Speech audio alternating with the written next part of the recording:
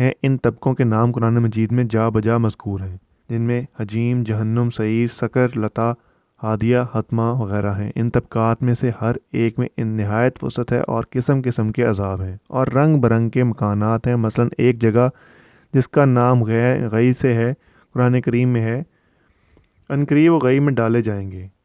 اس کی سختی سے تو دوزخ بھی 400 مرتبہ پناہ مانگتی ہے۔ ان آیات میں دوزخ کا تذکرہ اس کے ناموں کے ساتھ ہو رہا ہے۔ ایک اور مکان ہے جس میں بے انتہا سردی ہے، جس کو ضمیر کہتے ہیں، اور ایک مکان ہے جس کو جب الحزن یعنی غم کا کنواں کہتے ہیں، اور ایک کنواں ہے جس کو تنیہ الجبال خبال کہتے ہیں یعنی زہر و پیپ کا کیچڑ۔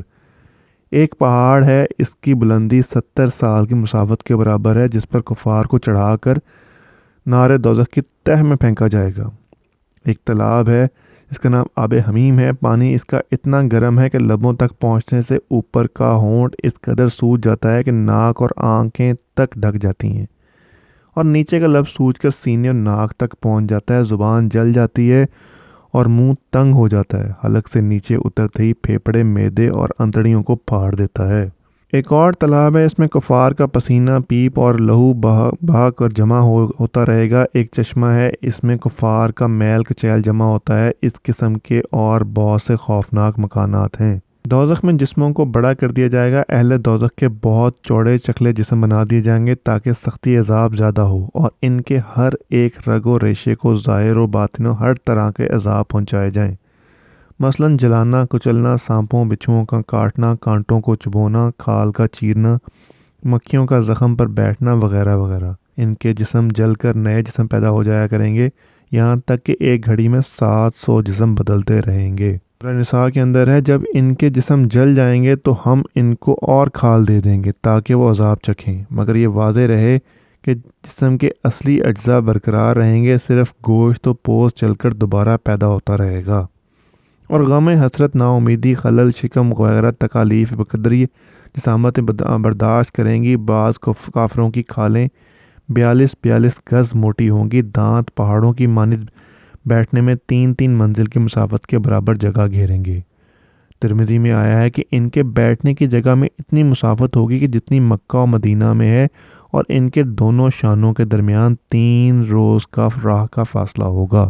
ایک عرصہ گزر جانے کے بعد سوائے دیگر عذاب کے بھوک کا عذاب اس قدر سخت کر دیا جائے گا کہ جو تمام عذابوں کے مجموعے کے برابر ہوگا۔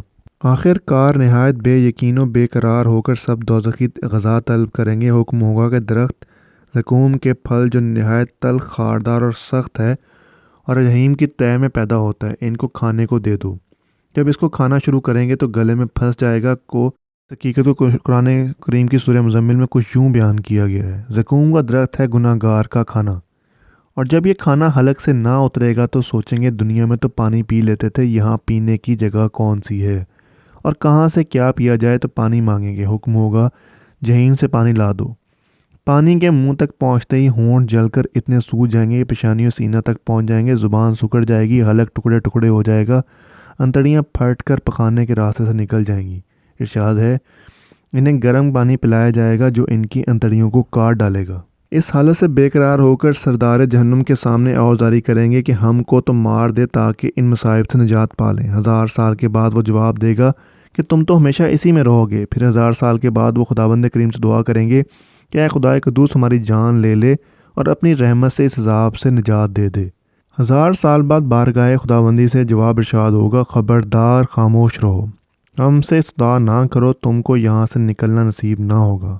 آخر مجبور ہو کر کہیں گے، آؤ بھائی صبر کرو کیونکہ صبر کا پھل اچھا ہے، اور خداوند کریم کو تضرع زاری سے کے ساتھ 1000 برس تک یاد کریں گے۔ آخر بالکل نا امید ہو کر کہیں گے، بے قراری اور صبر ہمارے حق میں برابر ہے، کسی طرح شکل نجات نظر نہیں آتی، اور وہ پکاریں گے کہ اے دروغ جہنم، تیرا رب ہمارا کوئی موت کا فیصلہ کر دے۔ تو وہ کہے گا، تم اسی سورہ ابراہیم میں اس کے بارے میں ارشاد فرمایا ہے کہ صبر اور بے صبری ہمارے لیے برابر ہے۔ جب اللہ اور فرشتوں کی جانب سے یہ جواب سنیں گے تو مایوس ہو جائیں گے، ان کی شکلیں بدل دی جائیں گی اور وہ گدھوں، بھیڑوں، بندروں، سانپوں اور دیگر حیوانات وغیرہ وغیرہ کی شکل میں ہو جائیں گے۔ دنیا میں جو لوگ تکبر کرتے ہیں ان کو میدان حشر میں الٹا لٹا کر پاؤں میں رون دیا جائے گا۔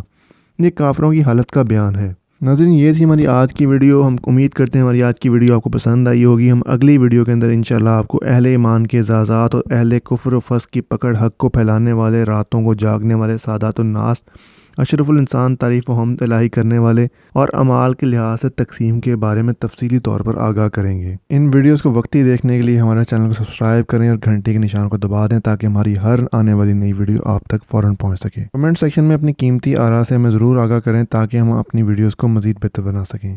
اپنا بہت سارا خیال رکھیے گا، ہمیں بھی اپنی دعاؤں میں یاد رکھیے گا. اللہ تعالیٰ آپ سب کے حامی و ناصر ہوں. اللہ حافظ.